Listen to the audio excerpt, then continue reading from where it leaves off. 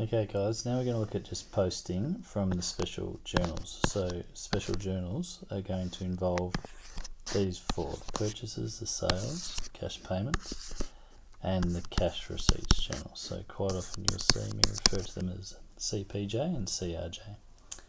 Now we're going to post into the general ledger, and when we see general ledger, we're talking about the use of the control accounts, and so when we post, we always do this on the last day of the month. So if we start having a look over here at the purchases journal, now the purchases is when we're buying stock and GST from our creditors. So the point is we need to look down the bottom to our totals, and I need to take this total and I need to send it over to my creditors account. So the creditors account will go up.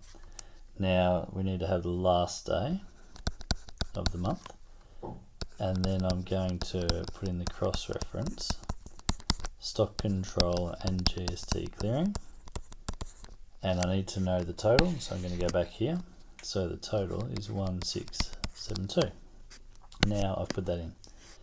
The other transaction that can affect creditors control is when it goes down, and so that's when it involves a cash payment. So I'm going to actually pay off my creditors, and so you can see here the total is 750.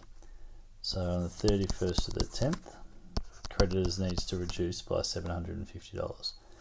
That is because I have a bank figure, but I also have this discount revenue. So the cross-reference needs to be bank, but I must include discount revenue if there is a discount.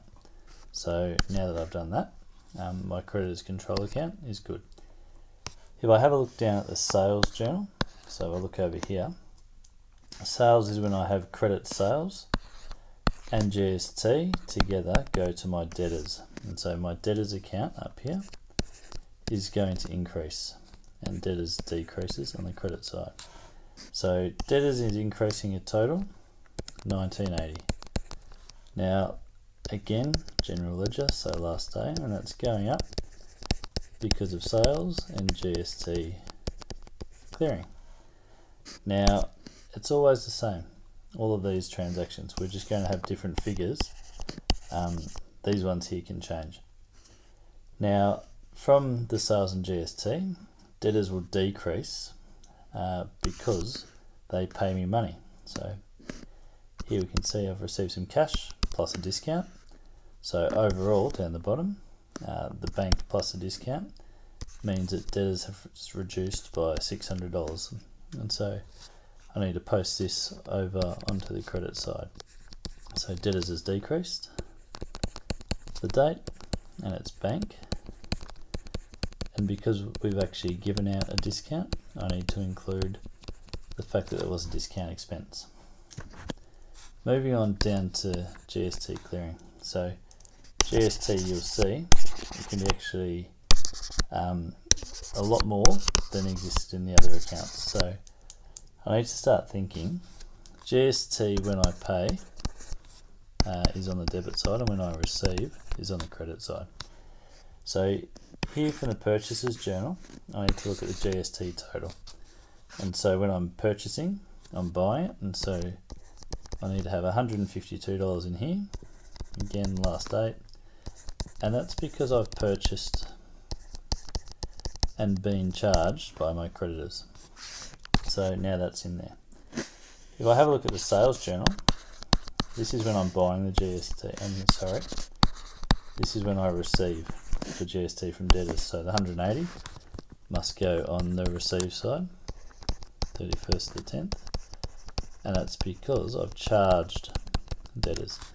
Now again, these cross-references are always the same. The only thing that changes is this figure. Yeah. Otherwise, it does not change at all. Then I need to look over to the cash payments journal and the cash receipts journal. They've got these two GST columns. So cash payments is obviously on this side, and cash receipts journal will be on this side. So I take the total 1257, 1257, and the cross reference here is just bank. Now I do the same. I look down, 170, cross-reference is just bank. Now what I want to do as well is just one final look into sundries to see if there was a balance from last period that's been paid. This 10,000 here is capital, so it doesn't go in. Drawings and electricity, so it's not GST, so that means that the GST clearing account is now finished as well.